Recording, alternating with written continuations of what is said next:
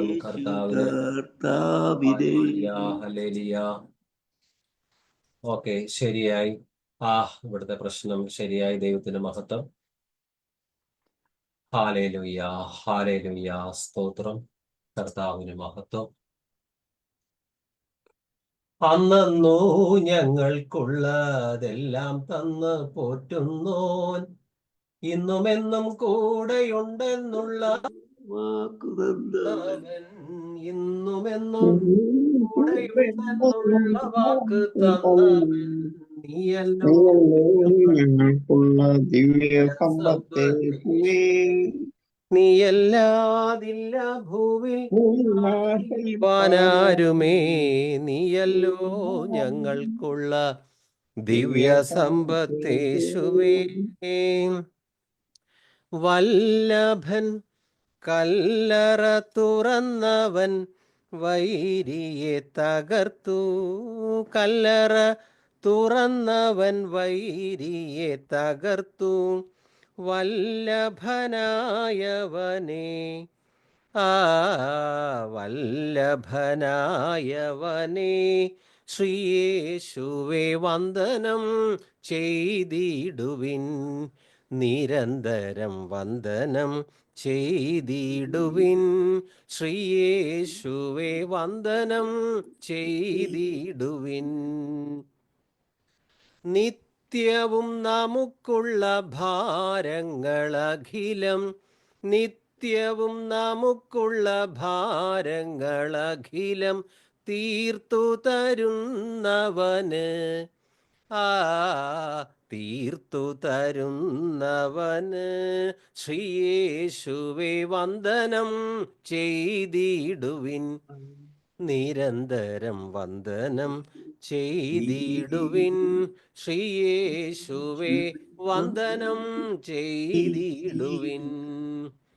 കർത്താവിൻ്റെ പരിശുദ്ധ നാമത്തിന് മഹത്വമുണ്ടാകട്ടെ. എല്ലാ ആരാധനയും സ്തുതിയും പുകഴ്ചയും മഹത്വവും സർവശക്തനായ ദൈവത്തിന് അവിടുത്തെ പ്രിയപുത്രനായ യേശുക്രിസ്തു മുഖാന്തരം അർപ്പിക്കുന്നു. കൊളോസ്യർക്ക് എഴുതിയ ലേഖനമാണ് നാം തുടർച്ചയായി ധ്യാനിച്ചു കൊണ്ടിരിക്കുന്നത്. 2-ാം അധ്യായം 5 വരെ ധ്യാനിക്കുവാൻ കർത്താവ് നമുക്കെല്ലാവർക്കും കൃപ തന്നു. കൊളോസ്യർ 2:5. ഞാൻ ശാരീരികമായി നിങ്ങളിൽ നിന്ന് വിദൂരസ്ഥനാണെങ്കിലും ആത്മാവിൽ നിങ്ങളുടെ കൂടെയാണ്. നിങ്ങളുടെ ജീവിതക്രമവും ക്രിസ്തുവിലുള്ള അടിയുറച്ച വിശ്വാസവും കണ്ട് ഞാൻ സന്തോഷിക്കുകയും ചെയ്യുന്നു. അപ്പസ്തോലനായ പൗലോസ് ശാരീരികമായി കൊളോസ്യ സഭയിൽ നിന്ന്, വിശ്വാസികളിൽ നിന്ന് അകലെയാണെങ്കിലും ആത്മാവിൽ നിങ്ങളോട് കൂടെയാണ്. എന്നിട്ട് പൗലോസ് എന്താണ് ശ്രദ്ധിക്കുന്നത്? നിങ്ങളുടെ ജീവിതക്രമവും ക്രിസ്തുവിലുള്ള അടിയുറച്ച വിശ്വാസവും കണ്ട് ഞാൻ സന്തോഷിക്കുകയും ചെയ്യുന്നു. നിങ്ങളുടെ ജീവിതക്രമം. For even though I am absent in body, nevertheless I am with you in spirit, rejoicing to see your good discipline and the stability of your faith in Christ. ഇവർക്ക് നല്ല ഡിസിപ്ലിൻ ഉണ്ട്. അത് ആത്മാവിൽ കണ്ടപ്പോൾ വലിയ സന്തോഷമാണ്. അപ്പസ്തോലനായ കർത്താവായ യേശുക്രിസ്തു തൻ്റെ ശിഷ്യന്മാരെ തിരഞ്ഞെടുത്തപ്പോൾ അവർ തുടക്കത്തിൽ നല്ല ഡിസിപ്ലിൻ ഉള്ളവരായിരുന്നില്ല. എന്നാൽ യേശു 3.5 വർഷത്തോളം അവരെ കൊണ്ടു നടന്നു. അവരിൽ പലരും ബലഹീനരായിരുന്നു. ക്രിസ്തു പറഞ്ഞ പല ഉപമകളും അവർക്ക് ഗ്രഹിക്കാനായില്ല. ചിലപ്പോൾ അല്പവിശ്വാസം വന്നിട്ടുണ്ട്. പക്ഷേ കർത്താവ് അവരെ സ്നേഹിച്ചും ശാസിച്ചും തിരുത്തിയും കൂടെ കൊണ്ടു നടന്നു. ഒടുവിൽ പരിശുദ്ധാത്മാഭിഷേകം ലഭിച്ചു. പത്രോസും യോഹന്നാനും സുവിശേഷം അതിധൈര്യമായി പ്രസ്താവിച്ചപ്പോൾ ആ ജനം പറയുന്നത്, ഇവർ വിദ്യാഭ്യാസമില്ലാത്തവരാണ്, പത്രോസും യോഹന്നാനും. പക്ഷേ ഇത്രയും ധൈര്യത്തോടെ ഇവർ സുവിശേഷം അധികാരികളുടെ മുമ്പാകെ പറയുവാൻ എങ്ങനെ കഴിഞ്ഞു? കാരണം അവർ യേശുവിൻ്റെ കൂടെ നടക്കുന്നവരായിരുന്നു എന്ന് ജനത്തിന് മനസ്സിലായി. സ്കൂൾ വിദ്യാഭ്യാസം കൊണ്ട് ലഭിക്കാത്ത ഒരു വലിയ ആത്മീയ പരിശീലനം യേശുക്രിസ്തു തൻ്റെ ശിഷ്യന്മാർക്ക് നൽകി. വലിയ അച്ചടക്കം, ആത്മസംയമനം ക്രിസ്തു അവർക്ക് നൽകി. ഈ ക്രിസ്തുവിൻ്റെ വചനം നാം തുടർച്ചയായി കേൾക്കുകയും ധ്യാനിക്കുകയും ചെയ്യുമ്പോൾ ഒരു ആത്മീയ അച്ചടക്കം ഈ വചന പഠനം നമുക്ക് തരണം. ഇല്ല എങ്കിൽ നമ്മുടെ വചന പഠനം കൊണ്ട് എന്താണ് പ്രയോജനം? ഇവിടെ പൗലോസ് സന്തോഷിക്കുന്ന രണ്ട് കാര്യങ്ങൾ അതെന്താണ്? നിങ്ങളുടെ ജീവിതക്രമവും ക്രിസ്തുവിലുള്ള അടിയുറച്ച വിശ്വാസവും കണ്ട് ഞാൻ സന്തോഷിക്കുകയും ചെയ്യുന്നു. ഒരു ഭാഗത്ത് ദുരുപദേശങ്ങളുണ്ട്, മറുഭാഗത്ത് സുവിശേഷ വിരോധികളുടെ എതിർപ്പുകളുണ്ട്. ലോകം അതിൻ്റെ വശീകരണ കാര്യങ്ങളുമായി നിൽക്കുന്നുണ്ട്. പക്ഷേ ഇവർ എന്തു ചെയ്യണം? The stability of your faith, ക്രിസ്തുവിലുള്ള അടിയുറച്ച വിശ്വാസം. എന്ത് പ്രതികൂലം വരട്ടെ, എത്ര വലിയ പ്രലോഭനം വരട്ടെ, ദുരുപദേശം വരട്ടെ, അവർ ക്രിസ്തുവിൽ അടിയുറച്ചു നിൽക്കുകയാണ്. രണ്ട് കാര്യങ്ങൾ ആത്മാവിൽ പൗലോസിന് കാണുവാൻ കഴിഞ്ഞു ഈ കൊളോസ്യ സഭയിൽ. ഒന്ന്, അവരുടെ ജീവിതക്രമം, നല്ല ഡിസിപ്ലിൻ. രണ്ടാമത്, സ്റ്റെബിലിറ്റി ഓഫ് യുവർ ഫെയ്ത്ത്, ക്രിസ്തുവിലുള്ള നല്ല വിശ്വാസ ദൃഢത. 1 കൊരിന്ത്യർ 15:58 അതിനാൽ എൻ്റെ വത്സല സഹോദരന്മാരെ, കർത്താവിൽ നിങ്ങളുടെ ജോലി നിഷ്ഫലമല്ലെന്ന് ബോധ്യപ്പെട്ട് അവിടുത്തെ വേലയിൽ സദാ അഭിവൃദ്ധി പ്രാപിച്ച് സ്ഥിരചിത്തരും അചഞ്ചലരുമായിരിക്കുവിൻ. മറ്റു പലരും പരിഹസിച്ചു എന്ന് വരാം, എന്തിനാണ് ഇത്രയും കഷ്ടപ്പെട്ട് സുവിശേഷ വേല ചെയ്യുന്നത്? ഒരു പ്രയോജനവും ഉണ്ടാകാൻ പോകുന്നില്ല. പക്ഷേ ഇവിടെ എന്താണ് വേണ്ടത്? എൻ്റെ വത്സല സഹോദരന്മാരെ, കർത്താവിൽ നിങ്ങളുടെ വേല നിഷ്ഫലമല്ലെന്ന് ബോധ്യപ്പെട്ട് അവിടുത്തെ വേലയിൽ സദാ അഭിവൃദ്ധി പ്രാപിച്ച് സ്ഥിരചിത്തരും അചഞ്ചലരുമായിരിക്കുവിൻ. ഇനി കൊരിന്ത്യർക്ക് അദ്ദേഹം ലേഖനം എഴുതുമ്പോൾ പറയുന്നത് 1 കൊരിന്ത്യർ 16:13 നിങ്ങൾ ജാഗരൂകരായിരിക്കുവിൻ, വിശ്വാസത്തിൽ ഉറച്ചു നിൽക്കുവിൻ, ഫേം ഇൻ ഫെയ്ത്ത്. നിങ്ങൾ ജാഗരൂകരായിരിക്കുവിൻ, വിശ്വാസത്തിൽ ഉറച്ചു നിൽക്കുവിൻ. അതാണ് സ്റ്റെബിലിറ്റി ഓഫ് യുവർ ഫെയ്ത്ത്. വിശ്വാസത്തിൽ ഉറച്ചു നിൽക്കുവിൻ, പൗരുഷവും കരുത്തും ഉള്ളവരായിരിക്കുവിൻ. ഇനി തെസ്സലോനിക്കക്കാർക്ക് അദ്ദേഹം ലേഖനം എഴുതുമ്പോൾ 1 തെസ്സലോനി 3:8 1 തെസ്സലോനി 3:8 ഇപ്പോൾ ഞങ്ങൾ ജീവിക്കുന്നെങ്കിൽ അത് നിങ്ങൾ കർത്താവിൽ ഉറച്ചു നിൽക്കുന്നത് കൊണ്ടാണ്. പല പരിശോധനകളും എതിർപ്പുകളും പീഡനങ്ങളും പൗലോസിനുണ്ട്. പക്ഷേ ഈ തെസ്സലോനിക്ക സഭയിലെ വിശ്വാസികൾ, അവർക്കും പരിശോധനകളും സുവിശേഷ വിരോധികളാലുള്ള എതിർപ്പുകളുമുണ്ട്.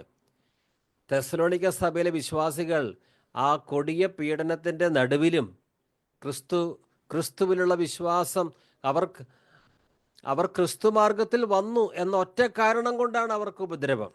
പക്ഷെ അതിൻ്റെ നടുവിൽ അവർ ഉറച്ചു നിൽക്കുന്നു എന്നുള്ള കാര്യം മനസ്സിലായപ്പോൾ പൗലോസ് പറയുകയാണ്, ഇപ്പോൾ ഞങ്ങൾ ജീവിക്കുന്നെങ്കിൽ അത് നിങ്ങൾ കർത്താവിൽ ഉറച്ചു നിൽക്കുന്നത് കൊണ്ടാണ്. അതായത് ഈ പ്രതികൂലങ്ങളുടെ നടുവിൽ ഇവർ പതറിപ്പോയി പിന്മാറിയിരുന്നുവെങ്കിൽ പൗലോസിനാകെ സങ്കടം വരുമായിരുന്നു. കാരണം ഒരു സ്ഥലത്ത് സുവിശേഷം പറഞ്ഞ് അവിടെയുള്ളവരെ ബോധ്യപ്പെടുത്തി, തുടർന്ന് അവരെ ക്രിസ്തുവിന് ശിഷ്യരാക്കുവാൻ, ക്രിസ്തുവിൽ പക്വതയുള്ളവരായി അവർ മാറുവാൻ വേണ്ടി അവരെ പഠിപ്പിക്കുന്നു, പ്രബോധിപ്പിക്കുന്നു. മാത്രമല്ല പൗലോസിൻ്റെ നല്ല ജീവിത മാതൃകയും അവരുടെ മുമ്പാകെ കാഴ്ചവെക്കുന്നു. എന്നിട്ട് എതിർപ്പുകളുടെ നടുവിൽ വിശ്വാസികൾ കർത്താവിൽ ഉറച്ചു നിൽക്കാതെ പിന്മാറിപ്പോയാൽ അത് പൗലോസിന് വലിയ ദുഃഖം ഉളവാക്കും. എന്നാൽ ഇവിടെ തെസ്സലോനിക്ക സഭയിലെ വിശ്വാസികളെക്കുറിച്ച് പറയുന്നത്, ഇപ്പോൾ ഞങ്ങൾ ജീവിക്കുന്നെങ്കിൽ അത് നിങ്ങൾ കർത്താവിൽ ഉറച്ചു നിൽക്കുന്നത് കൊണ്ടാണ്. നിങ്ങൾ കർത്താവിൽ ഉറച്ചു നിൽക്കുന്നു. ശത്രുവായ പിശാച് അലറുന്ന സിംഹം പോലെ ചുറ്റിക്കറങ്ങുന്നുണ്ടായിരിക്കാം. പക്ഷെ ഒരു വിശ്വാസി കുലുങ്ങാത്ത സിയോൻ പർവ്വതം പോലെ കർത്താവിൽ ഉറച്ചു നിൽക്കണം. Firm in faith. 1 പത്രോസ് 5 1 പത്രോസ് 5:8 തൊട്ട്, നിങ്ങളുടെ ശത്രുവായ പിശാച് അലറുന്ന സിംഹത്തെ പോലെ ആരെ വിഴുങ്ങണമെന്ന് അന്വേഷിച്ചുകൊണ്ട് ചുറ്റി നടക്കുന്നു. വിശ്വാസത്തിൽ ഉറച്ചു നിന്നുകൊണ്ട് അവനെ എതിർക്കുവിൻ. ലോകമെങ്ങുമുള്ള നിങ്ങളുടെ സഹോദരന്മാരിൽ നിന്ന് ഇതേ സഹനം തന്നെ ആവശ്യപ്പെട്ടിരിക്കുന്നുവെന്ന് അറിയുകയും ചെയ്യുവിൻ. വിശ്വാസത്തിൽ ഉറച്ചു നിന്നുകൊണ്ട്, ഒരു ബലഹീന വിശ്വാസമല്ല, ഇളകിപ്പോകരുത്. പ്രതികൂലങ്ങളുടെ നടുവിൽ, വെല്ലുവിളികളുടെ നടുവിൽ മുന്നോട്ട് വെച്ച കാൽ പിന്നോട്ട് വയ്ക്കാൻ പാടില്ല. വിശ്വാസത്തിൽ ഉറച്ചു നിന്നുകൊണ്ട് അവനെ എതിർക്കുവിൻ. മനുഷ്യരെ എതിർക്കാനല്ല, പിശാചിനെ എതിർക്കുവിൻ. ലോകമെങ്ങുമുള്ള നിങ്ങളുടെ സഹോദരന്മാരിൽ നിന്ന്, 1-ാം നൂറ്റാണ്ടിൽ ജീവിക്കുന്നവർക്ക് മാത്രമല്ല, ഈ കാലഘട്ടത്തിലും ജീവിക്കുന്ന വിശ്വാസികളിൽ നിന്ന് ദൈവം എന്താണ് പ്രതീക്ഷിക്കുന്നത്? ലോകമെങ്ങുമുള്ള നിങ്ങളുടെ സഹോദരന്മാരിൽ നിന്ന് ഇതേ സഹനം തന്നെ. ഏത് സഹനം? സ്വീകരിച്ച ക്രിസ്തു വിശ്വാസ നിമിത്തം എതിർപ്പുകളോ ഉപദ്രവങ്ങളോ വരുമ്പോൾ ഉറച്ചു നിൽക്കുക, പിന്മാറിപ്പോകരുത്. അപ്പോൾ സഹിക്കേണ്ടി വരും. അന്ത്യത്തോളം സഹിച്ചു നിൽക്കുന്നവൻ രക്ഷ പ്രാപിക്കും. മരണപര്യന്തം വിശ്വസ്തനായിരിക്കുക, എന്നാൽ ജീവകിരീടം നിനക്ക് ലഭിക്കും. ഇത് കൊളോസ്യ സഭയിലെ വിശ്വാസികൾക്ക് മാത്രമുള്ള പ്രബോധനമല്ല നാം ധ്യാനിക്കുന്നത്. എക്കാലത്തെയും ദൈവസഭകളിലെ വിശ്വാസികൾക്കുള്ള പ്രബോധനമാണ് ഈ ലേഖനങ്ങളെല്ലാം. അത് ജീവന്റെ വചനങ്ങളാണ്, കർത്താവിൻ്റെ ആത്മാവിനാൽ വിരചിതമാണ്. ഏതെങ്കിലും ഒരു കാലഘട്ടത്തേക്ക്, ഒരു പ്രത്യേക പ്രദേശത്തേക്ക് മാത്രമുള്ളതല്ല ദൈവത്തിൻ്റെ വചനം, ലേഖനങ്ങൾ. അതെല്ലാ കാലഘട്ടത്തും വിശ്വാസികൾക്ക് ബാധകമാണ്. നമ്മുടെ ആത്മീയ വളർച്ചയ്ക്കാണ് അത് എഴുതിയിരിക്കുന്നത്. ലോകമെങ്ങുമുള്ള നിങ്ങളുടെ സഹോദരന്മാരിൽ നിന്ന് ഇതേ സഹനം തന്നെ ആവശ്യപ്പെട്ടിരിക്കുന്നുവെന്ന് അറിയുകയും ചെയ്യുവിൻ. നാം ധ്യാനിക്കുന്നത് കൊളോസ്യ ലേഖനം 2:5. വീണ്ടും ആ വാക്യം വായിക്കുന്നു. കൊളോസ്യർ 2:5.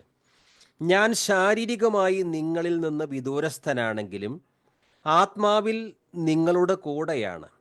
നിങ്ങളുടെ ജീവിതക്രമവും ക്രിസ്തുവിലുള്ള അടിയുറച്ച വിശ്വാസവും കണ്ട് ഞാൻ സന്തോഷിക്കുകയും ചെയ്യുന്നു.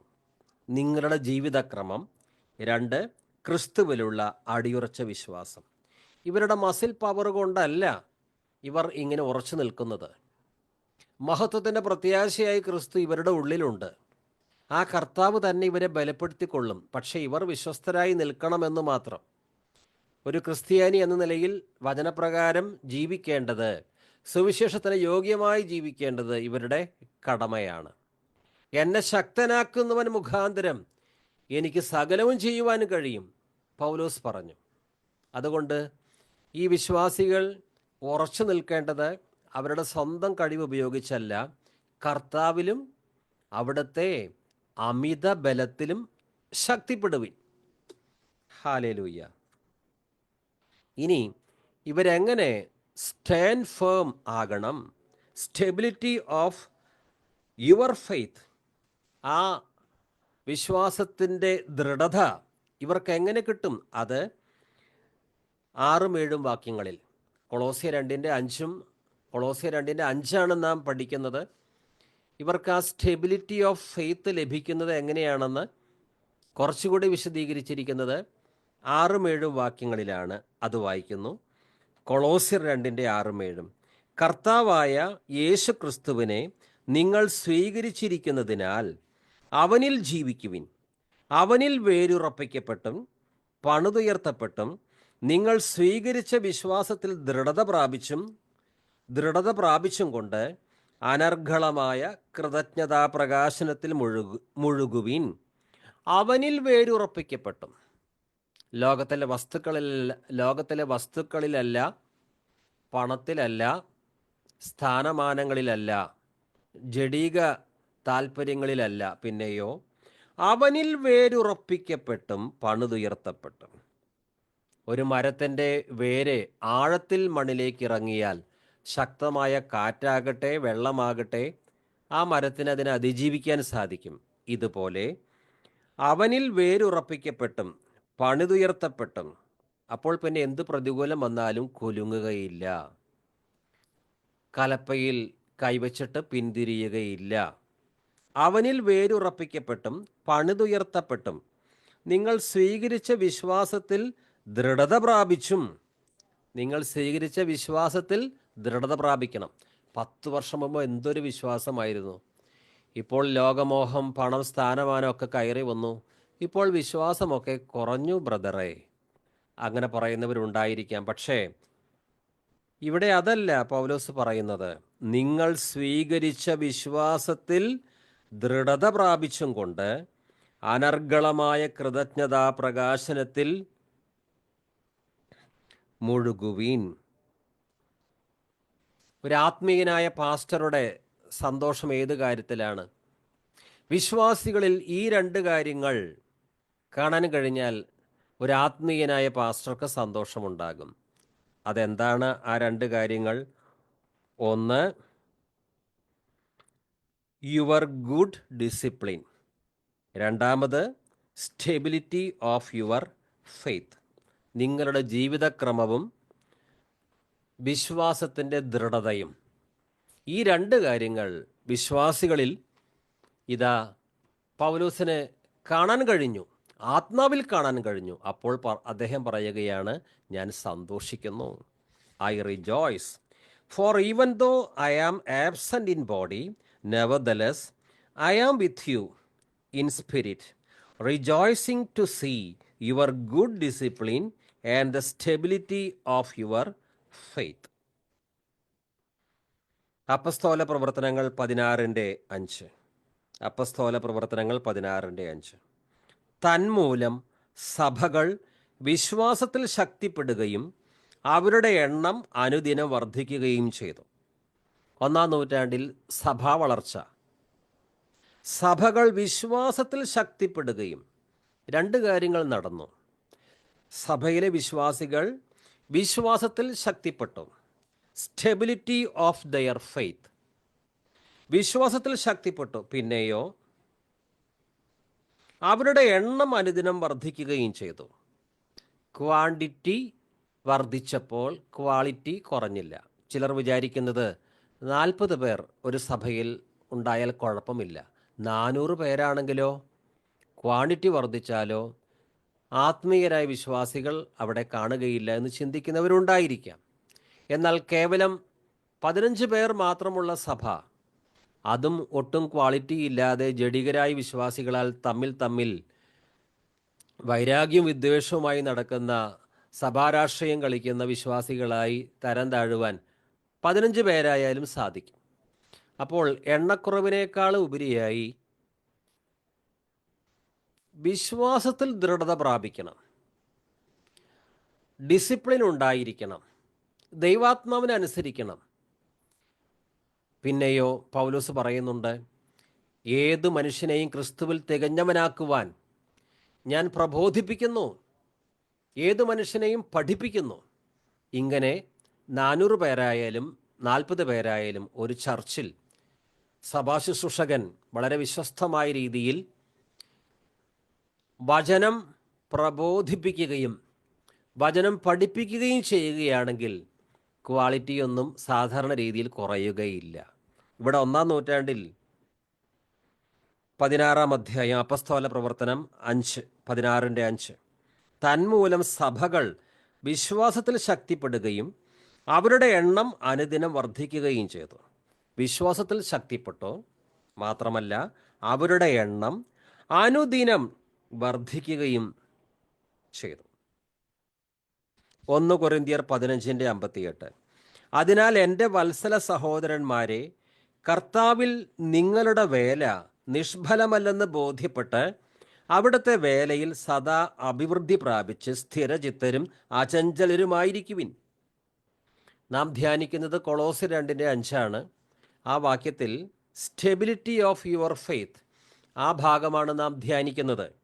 ഇവിടെ 1 കൊരിന്ത്യർ 15:58 അവിടുത്തെ വേലയിൽ സദാ അഭിവൃദ്ധി പ്രാപിച്ച് സ്ഥിരചിത്തരും അചഞ്ചലരുമായിരിക്കുവിൻ.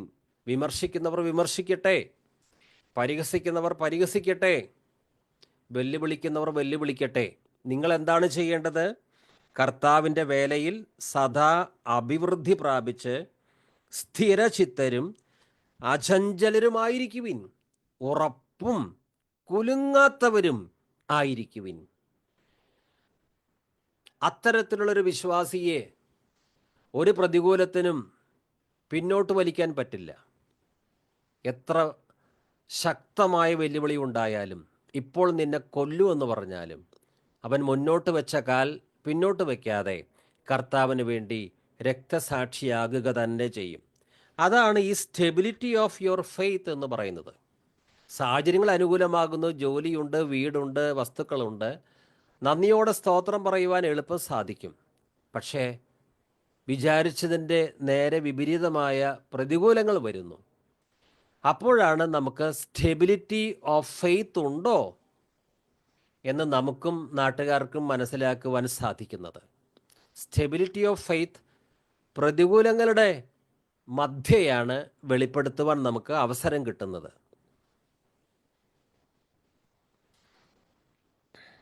ഒന്ന് കൊരിന്ത്യർ 16:13.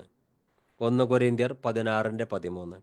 നിങ്ങൾ ജാഗരൂകരായിരിക്കുവിൻ, വിശ്വാസത്തിൽ ഉറച്ചു നിൽക്കുവിൻ. വിശ്വാസത്തിൽ ഉറച്ചു നിൽക്കുവിൻ. Stand firm in faith. ഇന്ന് ചില സഭകളിൽ സ്നാനപ്പെട്ട എത്രയോ പേരാണ് ഇടയ്ക്ക് വെച്ച് കൊഴിഞ്ഞു പോയത്. അതിന് കേവലം വിശ്വാസികളെ മാത്രം കുറ്റം പറഞ്ഞാൽ അത് ശരിയാകില്ല. കാരണം സ്നാനപ്പെട്ട് സഭയിലേക്ക് ഒരു വിശ്വാസി വന്നാൽ ക്രിസ്തു ശിഷ്യനാക്കണം. ആ വ്യക്തിയെ ക്രിസ്തുവിൽ പക്വതയുള്ളവനാക്കി തീർക്കണം. അവൻ ചെന്നു ചേരുന്ന സഭയുടെ ഉത്തരവാദിത്തമാണ് അത്. സഭ വിശ്വാസിയോട് നീതി പുലർത്താതെ വിശ്വാസിക്ക് നൽകേണ്ട വചനപ്രബോധനവും വചന പഠനവും അതുപോലെ മാതൃകയുള്ള ശുശ്രൂഷകന്മാരുടെ ജീവിതവും ഇതൊന്നും നൽകുന്നില്ല എങ്കിൽ വിശ്വാസികൾ പിന്മാറും. ആരാണ് ഉത്തരവാദി? ഇവിടെ ഇതാ, നിങ്ങൾ ജാഗരൂകരായിരിക്കുവിൻ, വിശ്വാസത്തിൽ ഉറച്ചു നിൽക്കുവിൻ. ഇനി എന്നാൽ ചില വിശ്വാസികൾ ചർച്ചിൽ നല്ല വചനപ്രബോധനം ഉണ്ടായിട്ടും പാസ്റ്റർ നല്ല വിശുദ്ധനായിട്ടും ആത്മീയമായി വളരുവാൻ സാഹചര്യങ്ങൾ ഉണ്ടായിട്ടും വിശ്വാസത്തിൽ ബലഹീനത പിന്നെ കൂടിക്കൂടി പൂർണ്ണമായി പിന്മാറ്റത്തിലേക്ക് പോകുന്നു. സ്റ്റെബിലിറ്റി ഓഫ് ഫെയ്ത്ത് ഇല്ല. പഴയ നിയമത്തിൽ നിന്ന് ചില വാക്യങ്ങൾ വായിക്കുകയാണ്. സങ്കീർത്തനം 78:8. സങ്കീർത്തനം 78:8. അവർ തങ്ങളുടെ പിതാക്കന്മാരെ പോലെ ദുശ്ശാഠ്യക്കാരും മത്സരബുദ്ധികളും ചഞ്ചല ഹൃദയരും ദൈവത്തോട് അവിശ്വസ്തരും. അവർ തങ്ങളുടെ പിതാക്കന്മാരെ പോലെ ദുശ്ശാഠ്യക്കാരും മത്സരബുദ്ധികളും ചഞ്ചല ഹൃദയരും ദൈവത്തോട് അവിശ്വസ്തരും ആകരുത്. പിതാക്കന്മാർ ദൈവത്തോട് അവിശ്വസ്തരായിരുന്നു, ചഞ്ചല ഹൃദയർ ആയിരുന്നു, വിശ്വാസത്തിൽ ദൃഢത ഉണ്ടായിരുന്നില്ല. ഇനി സങ്കീർത്തനങ്ങൾ 78:37. സങ്കീർത്തനം 78:37. അവരുടെ ഹൃദയം അവിടത്തോട് ചേർന്ന് നിന്നില്ല, അവിടുത്തെ ഉടമ്പടിയോട് വിശ്വസ്തത പുലർത്തിയില്ല. ഇന്നും അങ്ങനെയുണ്ട്. ദൈവത്തിൽ നിന്ന് ഒരുപാട് നന്മകൾ സ്വീകരിച്ചിട്ട് സ്നാനപ്പെട്ടു, ചർച്ചിൽ വന്നു, ധാരാളം അനുഗ്രഹങ്ങൾ കർത്താവ് വാരിക്കോരി കൊടുത്തു, എന്നിട്ടും പിന്മാറിപ്പോകുന്നവരുണ്ട്. സങ്കീർത്തനങ്ങൾ 78:37. അവരുടെ ഹൃദയം അവിടത്തോട് ചേർന്ന് നിന്നില്ല, ലോകത്തോടും വിജാതീയവൽക്കരണത്തോടും വിഗ്രഹാരാധനയോടും ചേർന്ന് നിന്നു. അവരുടെ ഹൃദയം അവിടത്തോട് ചേർന്ന് നിന്നില്ല, അവിടുത്തെ ഉടമ്പടിയോട് വിശ്വസ്തത പുലർത്തിയില്ല. എന്നാൽ ഒരു വിജാതീയ സ്ത്രീ രൂത്ത്, അമ്മാവിയമ്മ നവോമി ബേത്ലഹേമിലേക്ക് പോകുവാൻ തീരുമാനിച്ചപ്പോൾ രൂത്തിനോട് പറഞ്ഞു, നീ നിന്റെ ചാർച്ചക്കാരോടുകൂടെ താമസിച്ചോളൂ, കല്യാണം കഴിക്കാം, നീ ചെറുപ്പക്കാരിയാണല്ലോ. പക്ഷേ രൂത്ത് എന്താണ് പറയുന്നത് നമുക്കറിയാം. രൂത്ത് 1:15 നവോമി പറഞ്ഞു, നിന്റെ സഹോദരി ചാർച്ചക്കാരുടെയും ദേവന്മാരുടെയും അടുത്തേക്ക് മടങ്ങിപ്പോയല്ലോ, അവളെപ്പോലെ നീയും പോകുക, രൂത്ത് പറഞ്ഞു, അമ്മയെ ഉപേക്ഷിക്കാനോ കൂടെ പോരാതിരിക്കാനോ എന്നോട് പറയരുത്. അമ്മ പോകുന്നിടത്ത് ഞാനും വരും, വസിക്കുന്നിടത്ത് ഞാനും വസിക്കും. അമ്മയുടെ ചാർച്ചക്കാർ എൻ്റെ ചാർച്ചക്കാരും അമ്മയുടെ ദൈവം എൻ്റെ ദൈവവുമായിരിക്കും. അമ്മ മരിക്കുന്നിടത്ത് ഞാനും മരിച്ച് അടക്കപ്പെടും. മരണം തന്നെ എന്നെ അമ്മയിൽ നിന്ന് വേർപെടുത്തിയാൽ കർത്താവ് എന്ത് ശിക്ഷയും എനിക്ക് നൽകിക്കൊള്ളട്ടെ. അവൾ, അതായത് രൂത്ത്, തന്നോടുകൂടെ പോരാൻ ഉറച്ചു എന്ന് കണ്ട് നവോമി അവളെ നിർബന്ധിച്ചില്ല. രൂത്ത് എന്തായാലും നവോമിയെ പിൻപറ്റുവാൻ തീരുമാനിച്ചു. നവോമിയെ മാത്രമല്ല, നവോമിയുടെ സത്യദൈവത്തെയും പിൻപറ്റുവാൻ അവൾ ഉറച്ചു. രൂത്തിൻ്റെ ജീവിതം അവൾ വിചാരിച്ചതിനേക്കാളും അധികം അനുഗ്രഹമായി തീർന്നു.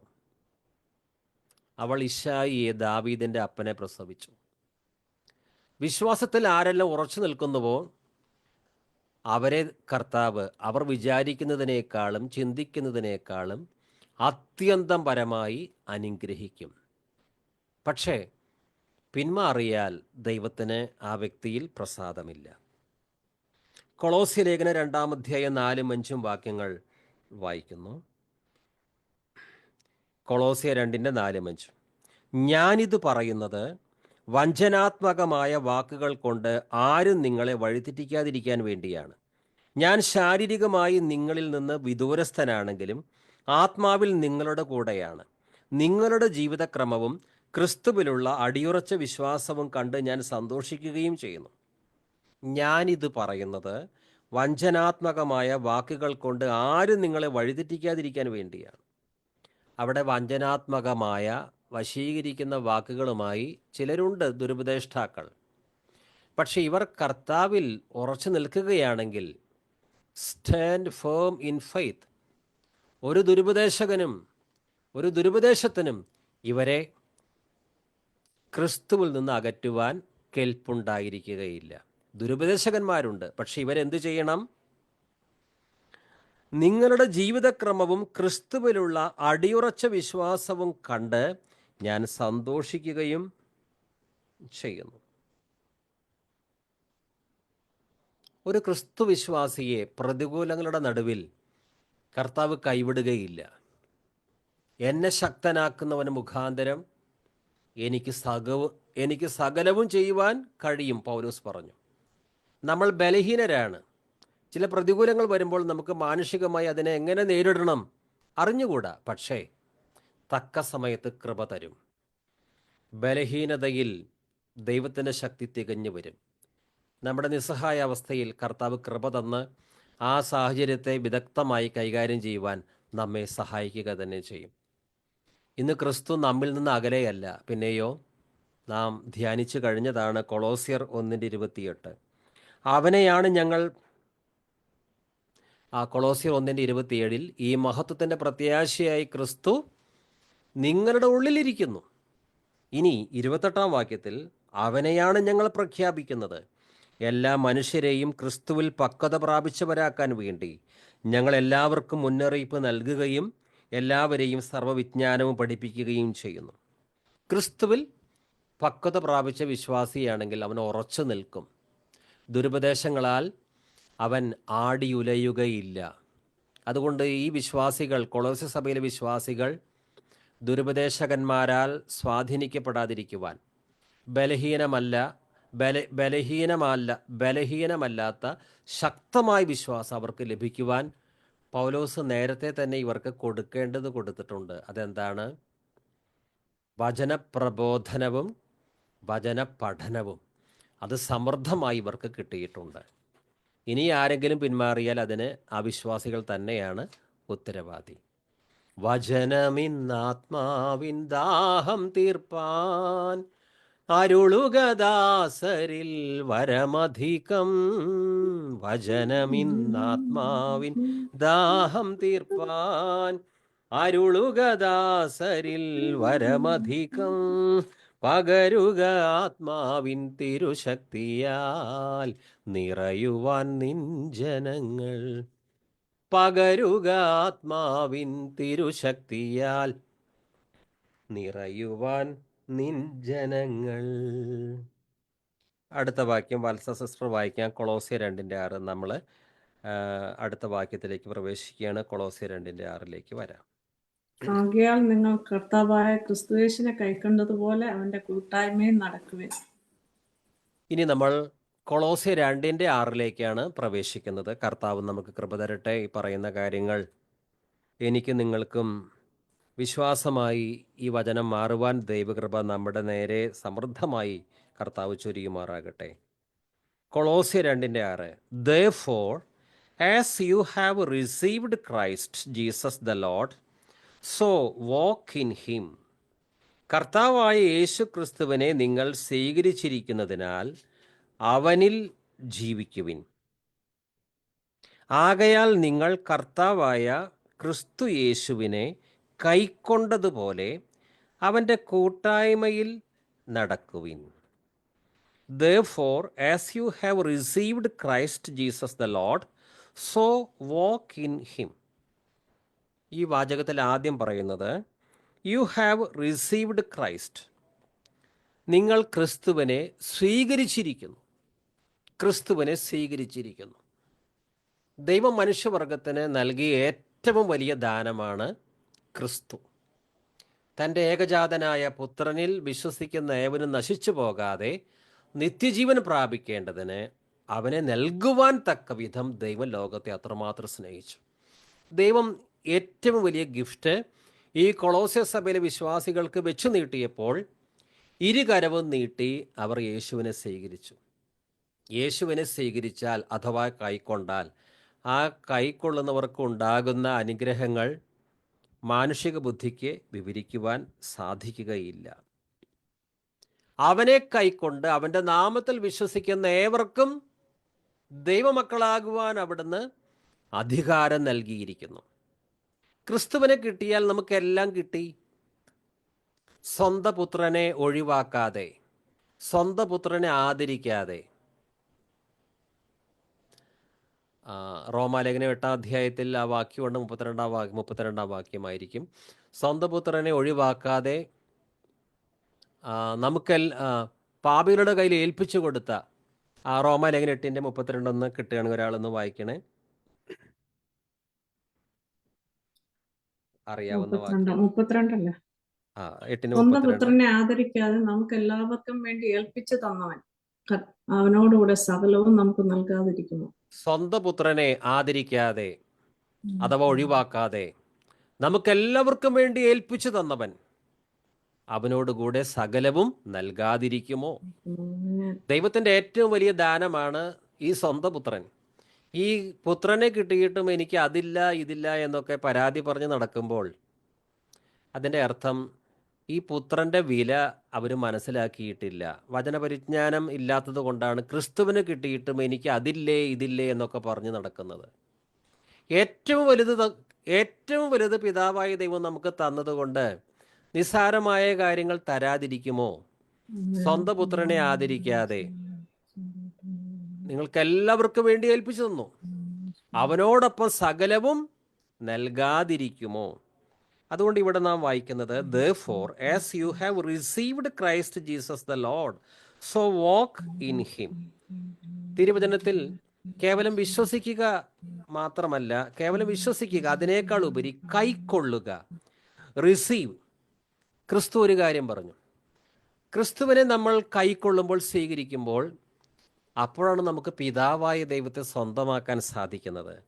മത്തായി 10:40 നിങ്ങളെ സ്വീകരിക്കുന്നവൻ എന്നെ സ്വീകരിക്കുന്നു, എന്നെ സ്വീകരിക്കുന്നവൻ എന്നെ അയച്ചവനെ സ്വീകരിക്കുന്നു. എന്നെ സ്വീകരിക്കുന്നവൻ, അതായത് ആരാണോ യേശുവിനെ സ്വീകരിക്കുന്നത് ആ വ്യക്തി അയച്ചവനെ സ്വീകരിക്കുന്നു. ആരാണ് യേശുവിനെ അയച്ചത്? പിതാവായ ദൈവം. അപ്പം യേശുവിനെ സ്വീകരിക്കുമ്പോൾ ഓട്ടോമാറ്റിക്കായി നമ്മൾ പിതാവിനെയും സ്വീകരിക്കുകയാണ് ചെയ്യുന്നത്. ഇനി യേശുവിനെ സ്വീകരിക്കാതിരിക്കുമ്പോൾ സ്വാഭാവികമായും പിതാവായ ദൈവത്തെ തള്ളുന്നു. എന്നെ സ്വീകരിക്കുന്നവൻ എന്നെ അയച്ചവനെ സ്വീകരിക്കുന്നു. ലൂക്കോസ് 9:48 അവരോട് പറഞ്ഞു, എൻ്റെ നാമത്തിൽ ഈ ശിശുവിനെ സ്വീകരിക്കുന്ന ഏവനും എന്നെ സ്വീകരിക്കുന്നു. എന്നെ സ്വീകരിക്കുന്നവൻ എന്നെ അയച്ചവനെ സ്വീകരിക്കുന്നു. ഇവിടെ വീണ്ടും ക്രിസ്തു പറയുകയാണ്, എന്നെ സ്വീകരിക്കുന്നവൻ, ആരാണോ യേശുവിനെ സ്വീകരിക്കുന്നവൻ, എന്നെ അയച്ചവനെ, പിതാവായ ദൈവത്തെ സ്വീകരിക്കുന്നു. ക്രിസ്തുവിനെ സ്വീകരിക്കുമ്പോൾ സ്വാഭാവികമായും നമ്മൾ പിതാവിനെയും കൈക്കൊള്ളുകയാണ് ചെയ്യുന്നത്. യോഹന്നാൻ എഴുതിയ സുവിശേഷം 1-ാം അധ്യായം 12 തൊട്ട് 13 വരെ നമുക്കറിയാം. ഇത് ബാലപാഠങ്ങളാണ്, എങ്കിലും വായിക്കുകയാണ്. യോഹന്നാൻ 1:12 തൊട്ട്. തന്നെ സ്വീകരിച്ചവർക്കെല്ലാം, തൻ്റെ നാമത്തിൽ വിശ്വസിക്കുന്നവർക്കെല്ലാം ദൈവമക്കളാകാൻ അവൻ കഴിവ് നൽകി. അവർ ജനിച്ചത് രക്തത്തിൽ നിന്നോ ശാരീരിക അഭിലാഷത്തിൽ നിന്നോ പുരുഷന്റെ ഇച്ഛയിൽ നിന്നോ അല്ല, ദൈവത്തിൽ നിന്നത്രേ. ആരാണ് ദൈവത്തിൽ നിന്ന് ജനിച്ചവർ? തന്നെ സ്വീകരിച്ചവർക്കല്ല. യേശുവിനെ ആരൊക്കെയാണോ സ്വീകരിക്കുന്നത്, കൈക്കൊള്ളുന്നത്, അവർക്കെല്ലാം, തൻ്റെ നാമത്തിൽ വിശ്വസിക്കുന്നവർക്കെല്ലാം, സ്വീകരിക്കുക, വിശ്വസിക്കുക, അത് രണ്ടും ഒരുമിച്ച് പോകുന്ന കാര്യങ്ങളാണ്. തൻ്റെ നാമത്തിൽ വിശ്വസിക്കുന്നവർക്കെല്ലാം ദൈവമക്കളാകുവാൻ അവന് കഴിവ് നൽകി. ഈ ദൈവമക്കൾ ദൈവത്തിൽ നിന്ന് ജനിച്ചവരാണ്. ഓക്കെ, ഇനി യോഹന്നാൻ 13:20 സത്യം സത്യമായി ഞാൻ നിങ്ങളോട് പറയുന്നു, ഞാൻ അയക്കുന്നവനെ സ്വീകരിക്കുന്നവൻ എന്നെയാണ് സ്വീകരിക്കുന്നത്, എന്നെ സ്വീകരിക്കുന്നവൻ എന്നെ അയച്ചവനെ സ്വീകരിക്കുന്നു. ആവർത്തിച്ച് ക്രിസ്തു പറയുകയാണ്, എന്നെ സ്വീകരിക്കുന്നവൻ എന്നെ അയച്ചവനെ സ്വീകരിക്കുന്നു. കൊളോസ്യ സഭയിലെ വിശ്വാസികൾ യേശുവിനെ സ്വീകരിച്ചപ്പോൾ അവർ സ്വാഭാവികമായും പിതാവായ ദൈവത്തെ സ്വീകരിച്ചു കഴിഞ്ഞു. 1 തെസ്സലോണി 2:13. ആരെങ്കിലും ക്രിസ്തുവിനെ സ്വീകരിക്കുന്നില്ലെങ്കിൽ ആ വ്യക്തിക്ക് പിതാവില്ല എന്നാണ് അർത്ഥം, സ്വർഗീയ പിതാവില്ല എന്നാണ് അർത്ഥം. 1 തെസ്സലോണി 2:13. ഞങ്ങളിൽ നിന്ന് നിങ്ങൾ ശ്രവിച്ച ദൈവവചനം മനുഷ്യരുടെ വചനമായിട്ടല്ല, വിശ്വാസികളായ നിങ്ങളിൽ പ്രവർത്തിക്കുന്ന യഥാർത്ഥ ദൈവത്തിൻ്റെ വചനമായിട്ടാണ് നിങ്ങൾ സ്വീകരിച്ചത്. അതിന് ഞങ്ങൾ നിരന്തരം ദൈവത്തിന് നന്ദി പറയുന്നു. ഒന്ന് യേശുവിനെ സ്വീകരിക്കുക, മറ്റൊന്ന് വചനം സ്വീകരിക്കുക. ഇത് രണ്ടും ഒന്ന് തന്നെയാണ്, കാരണം യേശു വചനം തന്നെയാണ്. അതുകൊണ്ട് തെസ്സലോനിക്ക വിശ്വാസികൾ വചനം സ്വീകരിച്ചപ്പോൾ അവർ യേശുവിനെ സ്വീകരിച്ചു. ഞങ്ങളിൽ നിന്ന് ശ്രവിച്ച ദൈവവചനം മനുഷ്യരുടെ വചനമായിട്ടല്ല, വിശ്വാസികളായ നിങ്ങളിൽ പ്രവർത്തിക്കുന്ന യഥാർത്ഥ ദൈവത്തിൻ്റെ വചനമായിട്ടാണ് നിങ്ങൾ സ്വീകരിച്ചത്. അതിന് ഞങ്ങൾ നിരന്തരം ദൈവത്തിന് നന്ദി പറയുന്നു. വചനം സ്വീകരിക്കുന്നവൻ ക്രിസ്തുവിനെ സ്വീകരിക്കുന്നു. ഇനി നാം ധ്യാനിക്കുന്ന വാക്യം കൊളോസ്യ 2:6. ആ വാക്യം വീണ്ടും വായിക്കുന്നു. കർത്താവായ യേശു ക്രിസ്തുവിനെ നിങ്ങൾ സ്വീകരിച്ചിരിക്കുന്നതിനാൽ അവനിൽ ജീവിക്കുവിൻ. Therefore, as you have received Christ Jesus the Lord, so walk in him. Christ Jesus the Lord. കർത്താവായ യേശു ക്രിസ്തു. യേശു ക്രിസ്തു രക്ഷകനാണ്, മശിഹായാണ്, സേവിയറാണ്. പക്ഷേ ഈ യേശു ക്രിസ്തുവിനെ ഇവർ കർത്താവായി സ്വീകരിച്ചിരിക്കുന്നു, ലോർഡ്. യേശു ക്രിസ്തു കർത്താവും കൂടെയാണ്. കേവല രക്ഷകൻ മാത്രമല്ല, അഭിഷിക്തൻ മാത്രമല്ല, കർത്താവാണ്. എന്ന് പറഞ്ഞാൽ ഇനി കർത്താവിൻ്റെ ഇഷ്ടം മാത്രമാണ് നമ്മുടെ ജീവിതത്തിൽ നിറവേറേണ്ടത്. കാരണം താഴെ പറയുന്നത്, അവനിൽ ജീവിക്കുവിൻ. So walk in him. പിന്നെ ആ പരിധി വിട്ട് നമുക്ക് പുറത്തേക്ക് കടക്കാൻ പറ്റില്ല. Walk in him. ക്രിസ്തു അനുവദിക്കുന്ന സ്ഥലങ്ങളിലേക്ക് മാത്രമേ പോകാൻ പറ്റൂ. ക്രിസ്തു അനുവദിക്കുന്ന വാക്കുകളെ പറയാൻ പറ്റൂ. ക്രിസ്തു അനുവദിക്കുന്ന പ്രവൃത്തികളിൽ മാത്രമേ ഏർപ്പെടാൻ പറ്റൂ. കാരണം എന്താണ്? നമ്മൾ യേശുവിനെ കേവല രക്ഷകൻ, സേവിയറായിട്ട് മാത്രമല്ല സ്വീകരിച്ചിരിക്കുന്നത്, ലോർഡ് ആയിട്ട്, കർത്താവായി. ഈ കർത്താവായി സ്വീകരിക്കാത്തവർക്ക് അവനിൽ വസിക്കാൻ പറ്റില്ല. അവർ ബോധിച്ചതുപോലെ ജീവിച്ച് അവർക്ക് തോന്നിയ വഴികളിലൂടെ നടന്ന് കഷ്ടവും പ്രയാസവും വരുമ്പോൾ യേശുവെ രക്ഷിക്കണമേ, രക്ഷിക്കണമേ, അങ്ങ് രക്ഷകനാണല്ലോ എന്ന് നിലവിളിക്കും.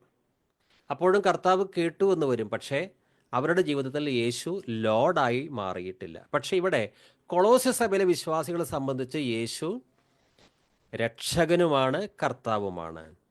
Therefore, as you have received Christ Jesus the Lord, so walk in him. Walk in him. അവനിൽ നടക്കുവിൻ.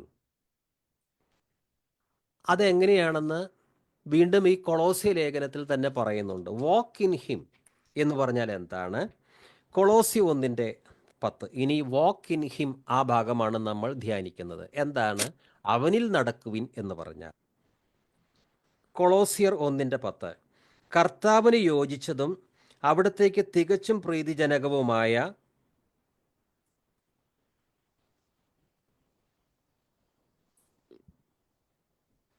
കൊളോസ്യർ 2:10 ഒരാൾക്കൊന്ന് എടുത്ത് വായിക്കാം. കൊളോസ്യർ 1:10 കൊളോസ്യർ 2:10 എല്ലാ വാഴ്ചകൾക്കും അധികാരത്തിനും തലയായ അവനിൽ നിങ്ങൾ പരിപൂർണമായിരിക്കുന്നു. അതാണ്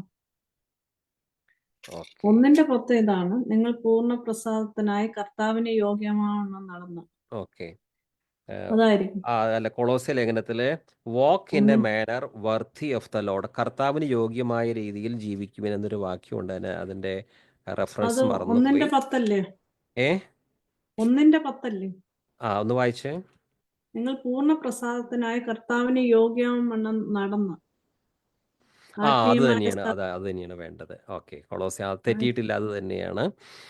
കൊളോസ്യർ 1:10 ഒന്നുകൂടി വായിച്ച സിസ്റ്ററെ. കൊളോസ്യർ 1:10 നിങ്ങൾ പൂർണ്ണ പ്രസാദത്തിനായി കർത്താവിന് യോഗ്യമാവണ്ണം മതി. നടന്ന് ആ പദം കിട്ടാൻ വേണ്ടിയാണ് നിങ്ങൾ കർത്താവിന് യോഗ്യമാവണ്ണം നടന്ന്. അതായത് walk in a manner worthy of the Lord. യേശു ആരാണ്? ആ യേശുവിൻ്റെ മഹത്വം 1-ാം അധ്യായത്തിൽ പറയുന്നുണ്ട്. നമ്മളത് പഠിച്ചതാണ്. ക്രിസ്തുവിലൂടെയാണ് സകലം സൃഷ്ടിക്കപ്പെട്ടത്. ക്രിസ്തുവിന് വേണ്ടിയാണ് സകലവും സൃഷ്ടിക്കപ്പെട്ടത്. അവനാണ് എല്ലാത്തിൻ്റെയും മുമ്പേയുള്ളവൻ, എല്ലാത്തിൻ്റെയും ആധാരം. ഇങ്ങനെയുള്ള ക്രിസ്തുവാണ് നിങ്ങളുടെ ഹൃദയത്തിൽ വസിക്കുന്നത് എങ്കിൽ, ഇങ്ങനെയുള്ള ക്രിസ്തുവാണ് നിങ്ങളുടെ കർത്താവും രക്ഷിതാവുമെങ്കിൽ, ആ കർത്താവിന് യോഗ്യമാം വണ്ണം മാത്രം നിങ്ങൾ ജീവിക്കണം. അവനിൽ നടക്കുക എന്ന് പറഞ്ഞാൽ ക്രിസ്തുവിൻ്റെ പ്രബോധനം അനുസരിച്ച് ജീവിക്കുക. Follow me. ആരെങ്കിലും എന്നെ അനുഗമിക്കുവാൻ ഇച്ഛിച്ചാൽ സ്വയത്തെ നിഷേധിച്ച് സ്വന്തം ക്രൂശെടുത്ത് എന്നെ അനുഗമിക്കുവിൻ. പത്രോസ് പറഞ്ഞു, അവൻ നമുക്ക് വേണ്ടി സഹിച്ചു, നാം പിൻചെല്ലുവാൻ ഒരു മാതൃക തന്നിരിക്കുന്നു. ഫിലിപ്പിയ ലേഖനത്തിൽ പൗലോസ് എഴുതി, സുവിശേഷത്തിന് യോഗ്യമാം വണ്ണം മാത്രം നടക്കുവിൻ. ഇത്രയും ഉന്നതനായ സകലത്തിൻ്റെ അധികാരിയായ ക്രിസ്തു നിങ്ങളുടെ ഉള്ളിൽ വസിക്കുന്നു. ആ ക്രിസ്തുവിനെയാണ് നിങ്ങൾ സ്വീകരിച്ചിരിക്കുന്നത്. അങ്ങനെയാണെങ്കിൽ ആ ക്രിസ്തുവിന് യോഗ്യമായ രീതിയിൽ മാത്രമേ പറയാവൂ, പ്രവർത്തിക്കാവൂ, ചിന്തിക്കാവൂ സകലവും. അതായത് ക്രിസ്തു അനുവദിക്കാത്ത ഒരു കാര്യത്തിൽ ഇവർക്ക് ഇടപെടുവാനുള്ള സ്വാതന്ത്ര്യമില്ല. വാക്ക് ഇൻ എ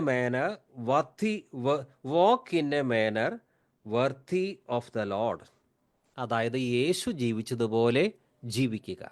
അതാണ് നാം ധ്യാനിക്കുന്ന കൊളോസ്യർ 2:6 സോ വാക്ക് ഇൻ ഹിം.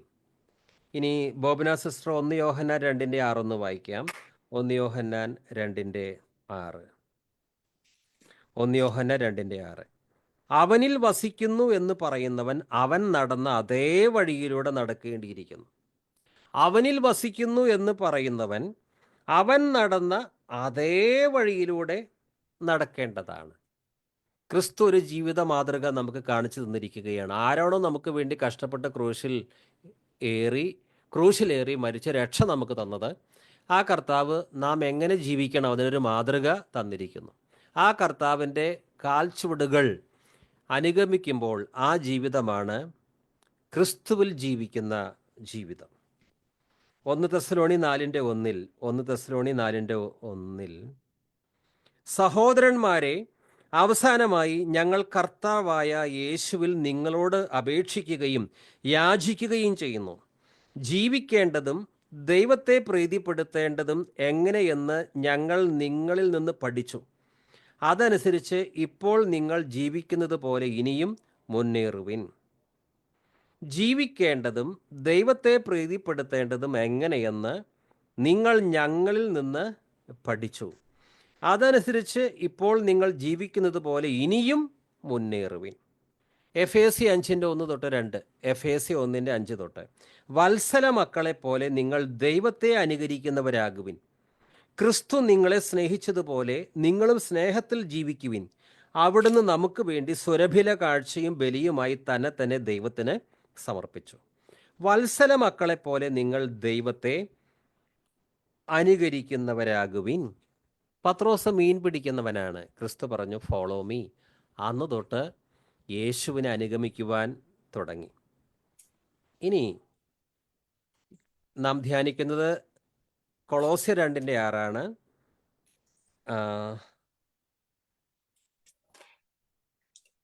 കർത്താവായ യേശു ക്രിസ്തുവിനെ നിങ്ങൾ സ്വീകരിച്ചിരിക്കുന്നതിനാൽ അവനിൽ ജീവിക്കുവിൻ. ഇനി കർത്താവായ യേശുവിനെ സ്വീകരിക്കുവാൻ, റിസീവ് ചെയ്യുവാൻ മനസ്സില്ലാത്ത വ്യക്തികളുണ്ടല്ലോ. As you have received Christ Jesus the Lord. കൊളോസയിലുള്ളവർ യേശുവിനെ കൈക്കൊണ്ടു, സ്വീകരിച്ചു. ഇന്ന് നാം പലരോടും സുവിശേഷം പറഞ്ഞാലും യേശുവിനെ സ്വീകരിക്കുകയില്ല. അപ്പോൾ എന്തായിരിക്കും സംഭവിക്കുക? 1 യോഹന്നാൻ 5:11 1 യോഹന്നാൻ 5:11. ഇതാണ് ആ സാക്ഷ്യം: ദൈവം നമുക്ക് നിത്യജീവൻ നൽകി.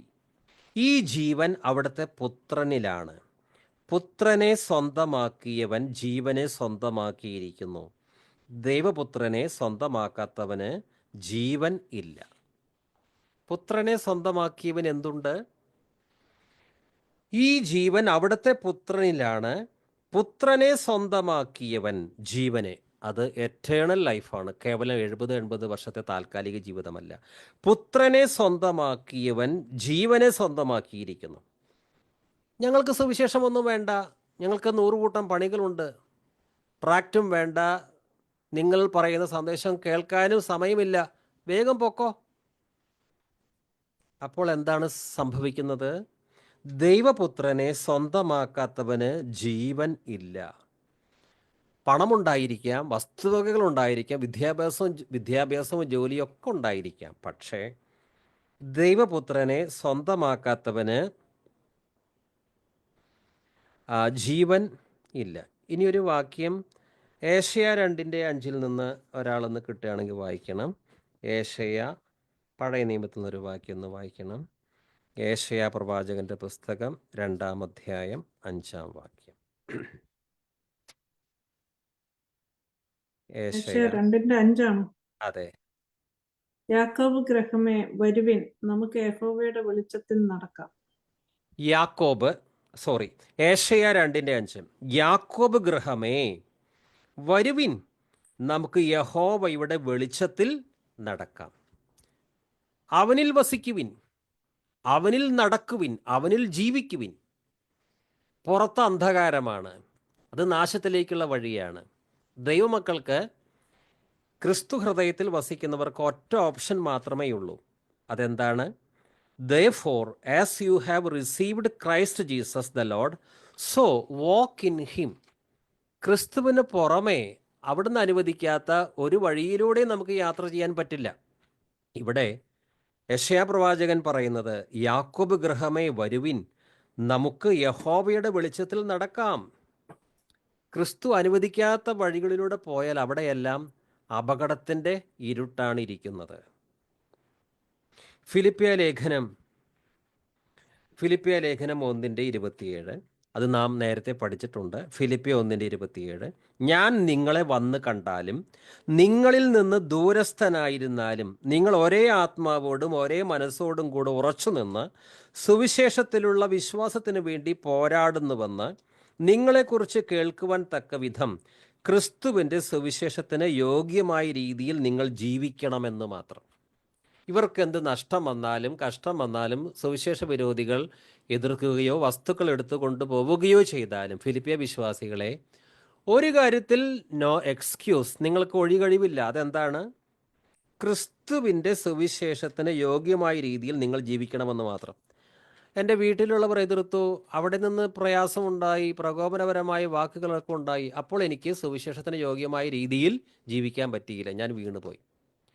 അവിടെ നിന്ന് ഓഫീസിൽ നിന്ന് ശക്തമായ പ്രലോഭനമുണ്ടായി, അപ്പോൾ എനിക്ക് സുവിശേഷത്തിന് യോഗ്യമായ രീതിയിൽ ജീവിക്കാൻ പറ്റില്ല, ഞാനൊന്ന് വീണുപോയി. എന്ത് ചെയ്യാൻ പറ്റും?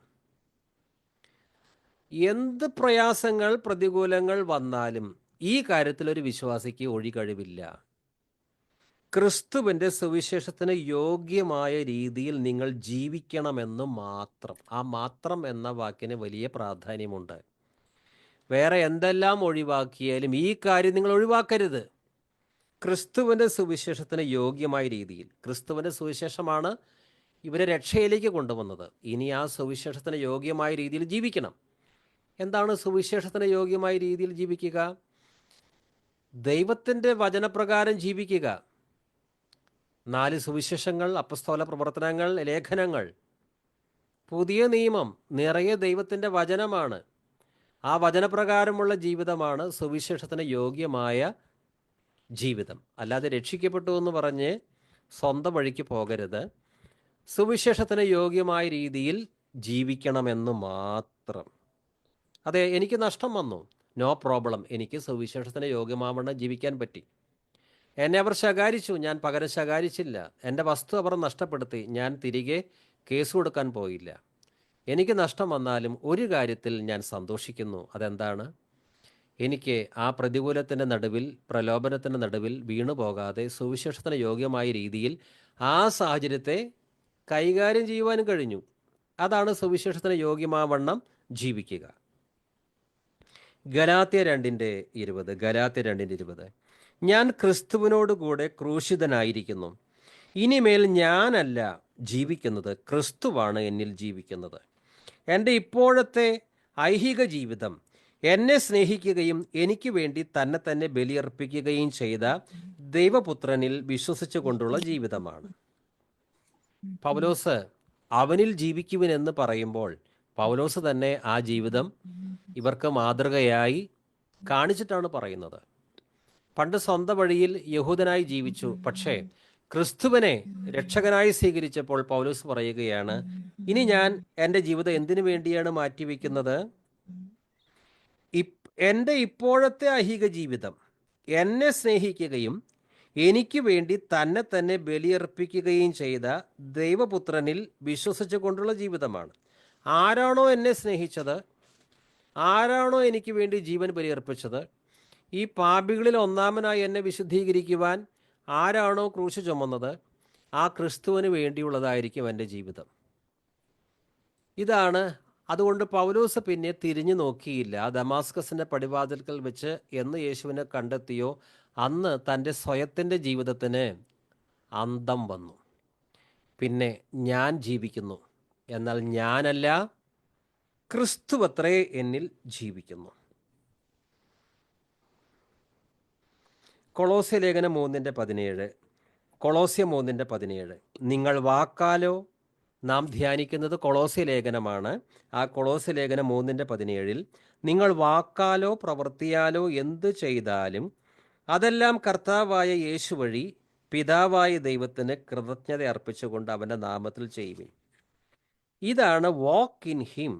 Therefore, as you have received Christ Jesus the Lord, so walk in him. നിങ്ങൾ എന്ത് ചെയ്താലും, നിങ്ങൾ വാക്കാലോ എന്ത് പറഞ്ഞാലും പ്രവൃത്തിയാലോ എന്ത് ആക്ഷനാകട്ടെ, നിങ്ങൾ വാക്കാലോ പ്രവൃത്തിയാലോ എന്ത് ചെയ്താലും അതെല്ലാം കർത്താവായ യേശു വഴി പിതാവായ ദൈവത്തിന് കൃതജ്ഞത അർപ്പിച്ചുകൊണ്ട് അവൻ്റെ നാമത്തിൽ ചെയ്യുവിൻ. യേശുവിൻ്റെ നാമത്തിൽ ചെയ്യാൻ പറ്റാത്ത കാര്യം നമ്മൾ ചെയ്യുന്നില്ല. യേശുവിൻ്റെ നാമത്തിൽ പറയാൻ പറ്റാത്ത കാര്യം നമ്മൾ പറയുന്നില്ല. കാരണം നാം നമുക്കായിട്ടല്ല ഇനി ജീവിക്കുന്നത്, നമുക്ക് വേണ്ടി മരിച്ചുയർത്ത ക്രിസ്തുവിന് വേണ്ടിയാണ് നമ്മുടെ ശിഷ്ടകാലം. 1 പത്രോസ് 2:21 തൊട്ട് 1 പത്രോസ് 2:21 തൊട്ട് അത് നമുക്കറിയാവുന്ന വചനഭാഗമാണ്. 1 പത്രോസ് 2:21 തൊട്ട് എന്താണ് വാക്ക് ഇൻ ഹിം എന്ന് പറഞ്ഞാൽ? ഇതിനായിട്ടാണ് നിങ്ങൾ വിളിക്കപ്പെട്ടിരിക്കുന്നത്. എന്തെന്നാൽ ക്രിസ്തു നിങ്ങൾക്ക് വേണ്ടി സഹിക്കുകയും നിങ്ങൾ അനുകരിക്കുന്നതിന് വേണ്ടി നിങ്ങൾക്ക് മാതൃക നൽകുകയും ചെയ്തിരിക്കുന്നു. അവൻ പാപം ചെയ്തിട്ടില്ല, അവൻ്റെ അധരത്തിൽ വഞ്ചന കാണപ്പെട്ടുമില്ല. നിന്ദിക്കപ്പെട്ടപ്പോൾ അവൻ പകരം നിന്ദിച്ചില്ല, പീഡനമേറ്റപ്പോൾ ഭീഷണിപ്പെടുത്തിയില്ല. പിന്നെയോ നീതിയോടെ വിധിക്കുന്നവന് തന്നെ തന്നെ ഭരമേൽപ്പിക്കുകയാണ് ചെയ്തത്. ഇതിനായിട്ടാണ് നിങ്ങൾ വിളിക്കപ്പെട്ടിരിക്കുന്നത്, വേറൊരു കാര്യത്തിനുമായിട്ടല്ല. എന്താണ് ആ കാര്യം? ക്രിസ്തു നിങ്ങൾക്ക് വേണ്ടി സഹിക്കുകയും, ക്രിസ്തു സഹിച്ചത് ക്രിസ്തുവിന് വേണ്ടിയല്ല, എനിക്ക് വേണ്ടിയാണ്, നിങ്ങൾക്ക് വേണ്ടിയാണ്. ക്രിസ്തു നിങ്ങൾക്ക് വേണ്ടി സഹിക്കുകയും നിങ്ങൾ അനുകരിക്കുന്നതിന് വേണ്ടി നിങ്ങൾക്ക് മാതൃക നൽകുകയും ചെയ്തിരിക്കുന്നു. ക്രിസ്തുവിൻ്റെ സഹനം നമ്മളെ രക്ഷയിലേക്ക് നയിച്ചു. അങ്ങനെ രക്ഷിക്കപ്പെട്ട നമുക്ക് വലിയൊരു ഉത്തരവാദിത്വമുണ്ട്. അതെന്താണ്? ആരാണോ എനിക്ക് വേണ്ടി സഹിച്ചത് ആ ക്രിസ്തുവിൻ്റെ ജീവിത മാതൃക ഞാൻ ഫോളോ ചെയ്യണം.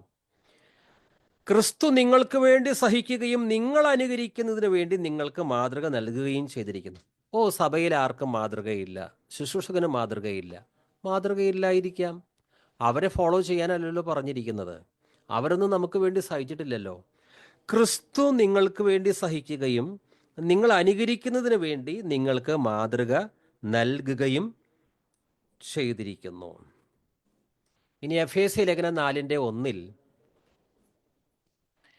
എഫേസ്യ 4:1 കർത്താവിന് വേണ്ടി തടവുകാരനായി തീർന്നിരിക്കുന്ന ഞാൻ നിങ്ങളോട് അപേക്ഷിക്കുന്നു, നിങ്ങൾക്ക് ലഭിച്ച വിളിക്ക് യോഗ്യമായ ജീവിതം നയിക്കുവിൻ. പൗലോസ് തടവിലാണ് കിടക്കുന്നത്. പക്ഷേ പൗലോസിൻ്റെ ആഗ്രഹം എന്താണ്? എഫേസ്യർ 4:1 കർത്താവിന് വേണ്ടി തടവുകാരനായി തീർന്നിരിക്കുന്ന ഞാൻ നിങ്ങളോട് അപേക്ഷിക്കുന്നു, പ്ലീഡ് ചെയ്യുകയാണ്, നിങ്ങൾക്ക് ലഭിച്ച വിളിക്ക് യോഗ്യമായ ജീവിതം നയിക്കുവിൻ. നിങ്ങൾക്ക് ലഭിച്ച വിളിക്ക് യോഗ്യമായ ജീവിതം നയിക്കുവിൻ. നാം ഇന്ന് ധ്യാനിച്ചത് കൊളോസ്യർ 2:6 നമുക്ക് ആ 2 തവണ വാക്യം സത്യവേദ പുസ്തകത്തിൽ നിന്ന് വായിക്കാം. അതിനുശേഷം വത്സ സിസ്റ്റർ പ്രാർത്ഥിച്ച് സെബാസ്റ്റ്യൻ ബ്രദർ ആശീർവാദം പറയും. എല്ലാവരും കൊളോസ്യ ലേഖനം 2-ാം അധ്യായം അതിൻ്റെ 6-ാം വാക്യം വായിക്കാം 2 തവണ. ആകയാൽ നിങ്ങൾ കർത്താവായ ക്രിസ്തു യേശുവിനെ കൈക്കൊണ്ടതുപോലെ അവൻ്റെ കൂട്ടായ്മയിൽ നടക്കുവിൻ. ആകയാൽ നിങ്ങൾ കർത്താവായ ക്രിസ്തു യേശുവിനെ കൈക്കൊണ്ടതുപോലെ അവൻ്റെ കൂട്ടായ്മയിൽ നടക്കുവിൻ. പിന്നെ വേറൊരു കാര്യം, ഇവിടെ ഓരോ വാക്യമായിട്ടാണ് നമ്മളിങ്ങനെ ധ്യാനിക്കുന്ന സാവകാശം. അടുത്ത വാക്യത്തിൽ, ഒരു വാക്യത്തിൽ നിന്ന് അടുത്ത വാക്യത്തിലേക്ക് നമ്മൾ പ്രവേശിച്ചു കൊണ്ടിരിക്കുമ്പോൾ നമ്മൾ പഠിക്കുന്ന വാക്യങ്ങളൊക്കെ ഞാൻ പറഞ്ഞില്ലെങ്കിലും കഴിയുന്നതും കാണാപാഠം പഠിക്കാനായിട്ട് ശ്രമിക്കുക. ഇനി അടുത്ത ക്ലാസ് വരുമ്പോഴേക്കും ഈ കൊളോസ്യ ലേഖനം 2-ാം അധ്യായം 1 തൊട്ട് നാം ഇന്ന് പഠിച്ച 6-ാം വാക്യം വരെ ഒരുമിച്ച് പഠിക്കാനായിട്ട് ശ്രമിക്കുക. അങ്ങനെ കാണാപാഠം പഠിച്ചവർ അത് കാണാപാഠം പറയാം. അത്രയും പറ്റാത്തവർ എത്രത്തോളം പറ്റും അത്രത്തോളം പഠിക്കുക. ഓരോ ദിവസവും ഇങ്ങനെ കുറേശ്ശെ പഠിക്കുകയാണെങ്കിൽ വലിയ ബുദ്ധിമുട്ടുണ്ടായിരിക്കുകയില്ല. വത്സ സിസ്റ്റർ പ്രാർത്ഥിക്കാം. പരിശുദ്ധനും നിത്യനുമായ സ്വർഗീയപിതാവേ, നല്ല സമയത്തിനായി സ്തോത്രം. അനുഗ്രഹിക്കപ്പെട്ട ഒരു സമയം ഞങ്ങൾക്ക് തന്ന് കർത്താവെ, ഞങ്ങൾ കൂടി വരുവാനും കർത്താവിന്റെ മാറ്റമില്ലാത്ത വചനം കേൾക്കുവാനും അതനുസരിച്ച് നടക്കുവാനും തന്നിരിക്കുന്ന കൃപയ്ക്കായി സ്തോത്രം ചെയ്യുന്ന കർത്താവ്, ദേവദാസനെ കൂടെ കർത്താവ് വിശദകരമായി കർത്താവ് ഡീറ്റെയിൽഡ് ഒരു സ്റ്റഡിയാണല്ലോ ഞങ്ങൾക്ക് കിട്ടുന്നത്. അതിനായി സ്തുതിക്കുന്ന കർത്താവ്, എത്രമാത്രം ഞങ്ങളെ അനുഗ്രഹിച്ച അനുഗ്രഹത്തിനായി സ്തോത്രം. ഇത് കേൾക്കുവാനും കർത്താവ് ഞങ്ങളുടെ ഭാഷയെ വചനം തന്നതിനായി സ്തുതിക്കുന്ന, ഇത് ടെക്നോളജി ഞങ്ങൾക്ക് ഫ്രീ ആയിട്ട് തന്ന സ്തോത്രം. ഇതിനു വേണ്ടി ദേവദാസനെയൊക്കെ ഒരുക്കിയിരിക്കുന്ന ഞങ്ങൾക്ക് വേണ്ടിയാണല്ലോ. ഞങ്ങളെപ്പോലെ ഭാഗ്യമുള്ളവർ ഈ ലോകത്ത് ആരും ഇല്ലല്ലോ. അതിനായി സ്തോത്രം ചെയ്യുന്ന നന്ദിയുള്ള ഹൃദയത്തെ സ്തുതിക്കുന്ന കർത്താവെ, അങ്ങ് ഞങ്ങൾക്ക് വേണ്ടി സ്വന്തം പുത്രനെ ആദരിക്കാതെ തന്നപ്പോൾ ആ ക്രിസ്തുവിന്റെ മാതൃകയെ കൈക്കൊള്ളാനാണല്ലോ കർത്താവെ. കർത്താവിൽ കൂട്ടായ്മ വയ്ക്കുവാനും കർത്താവ് നടന്നതുപോലെ നടക്കുവാൻ കർത്താവ് വചനങ്ങൾ പലയിടത്തും എഴുതിയിരിക്കുന്ന വചനങ്ങളെല്ലാം കോർത്തിണക്കുവാൻ കർത്താവെ ഇടയാക്കി ഞങ്ങൾ വായിക്കുന്നത് പോലെ കർത്താവെ കേൾക്കുന്നത് പോലെ പ്രമാണിക്കുന്ന ആഗ്രഹമുണ്ട് കർത്താവെ. അതേമാതിരി ആഗ്രഹം കർത്താവിനെ ഉപയോഗിക്കുന്ന ഞങ്ങളെ കൊണ്ട് പറ്റത്തില്ലെങ്കിൽ കർത്താവ് ഞങ്ങളുടെ പകരക്കാരനായിട്ട് ഇന്ന് ഞാനല്ല ക്രിസ്തു അത്രേ, ഞാനല്ല കർത്താവെ. ആ യേശു ക്രിസ്തു ഞങ്ങൾക്ക് വേണ്ടി മരിച്ചു ഉയർത്തെഴുന്നേറ്റ യേശു ക്രിസ്തുള്ള വിശ്വാസത്തെ നടക്കുവാനുള്ള കൃപ തരണമേ. ആദ്യത്തേക്കാൾ അന്ത്യം ഏറ്റവും ബെസ്റ്റ് ആയിരിക്കണം. കർത്താവ് നടന്നതുപോലെ കർത്താവ് ഒരു മാതൃക ഞങ്ങൾക്ക് വെച്ചിരിക്കുന്ന കർത്താവിനെ മാത്രമേ അനുകരിക്കാൻ പറ്റത്തുള്ളൂ കർത്താവെ. അതിനുവേണ്ടി ഞങ്ങളെ തന്നെ സമർപ്പിക്കുന്ന കർത്താവെ, അടിയനെ സമർപ്പിക്കുന്ന കർത്താവിൽ വേരൂർന്നേയും കർത്താവെ, അങ്ങ് ക്രിസ്തു യേശുവിനെ കൈക്കൊണ്ടതുപോലെ കർത്താവിന്റെ കൂട്ടായ്മ എപ്പോഴും നടക്കും കർത്താവെ. ബൈബിൾ ക്ലാസ്സിൽ മാത്രമല്ല, ഞങ്ങൾ 24 മണിക്കൂർ കർത്താവെ എവിടെല്ലാം ഏതെല്ലാം സിറ്റുവേഷൻ കടന്നു പോകുമ്പോൾ വിശ്വാസത്തിൽ ഉറച്ചും കുലുങ്ങാതെ ഇളകാതെ നിൽക്കുവാനുള്ള കൃപ വേണം കർത്താവേ. അതിനുള്ള കൃപയില്ലാതെ ഞങ്ങൾക്ക് മുന്നോട്ട് പോകാൻ പറ്റത്തില്ല. അത് ഞങ്ങൾക്ക് തരും. ഞങ്ങൾ വിശ്വസിക്കുന്നു കർത്താവിൽ തന്നെയാണ് ജ്ഞാനത്തിന്റെ പരിജ്ഞാനത്തിന്റെ നിക്ഷേപങ്ങളൊക്കെ ഇരിക്കുന്ന. അതിൽ നിന്ന് ഞങ്ങൾക്ക് ക്രിസ്തുവിന്റെ യേശു ക്രിസ്തുവിന്റെ പരിജ്ഞാനത്തിൽ വളർന്ന കർത്താവിനെ നടന്ന മാതിരി നടക്കുവാൻ തന്നിരിക്കുന്ന സമയങ്ങൾക്കായി സ്തോത്രം കർത്താവെ. ഇത് ഗ്രഹിക്കുവാനും അത് വചനങ്ങളൊക്കെ ജീവനാക്കി തീർക്കണമേ എന്ന് പ്രാർത്ഥിക്കുന്ന എല്ലാവർക്കും ഇത് ഏറ്റവും അനുഗ്രഹമാക്കി കർത്താവെ, ഇനി കേൾക്കുന്നവർക്ക് ഏറ്റവും അനുഗ്രഹമാക്കി തീർക്കണമേ എന്ന് പ്രാർത്ഥിക്കുന്നതെല്ലാം വചനത്താൽ ഞങ്ങൾ ജീവൻ പ്രാപിച്ച് കർത്താവെ, കർത്താവിൽ അപ്പോസ്തലന്മാർ എഴുതിയിരിക്കുന്നത് പോലെ ആ സന്തോഷ സമൃദ്ധിയിൽ എപ്പോഴും ഇരിക്കുവാനുള്ള കൃപ തരണം. അസ്വസ്ഥത ഇരിക്കുവാനും സമാധാനത്തിലും സ്വസ്ഥതയിലെല്ലാം കടന്നു പോകാൻ കർത്താവ് കൃപ തരണമേ എന്ന് പ്രാർത്ഥിക്കുന്നു. കർത്താവിന്റെ നാമം മഹത്വം പ്രാർത്ഥനയായിട്ട് സ്തോത്രം. പ്രാർത്ഥനയ്ക്കത്തോ സ്തോത്രം. യേശു ക്രിസ്തുവിന്റെ ധന്യമുള്ള നാമത്തിൽ തന്നെ ആമേൻ. ആമേൻ.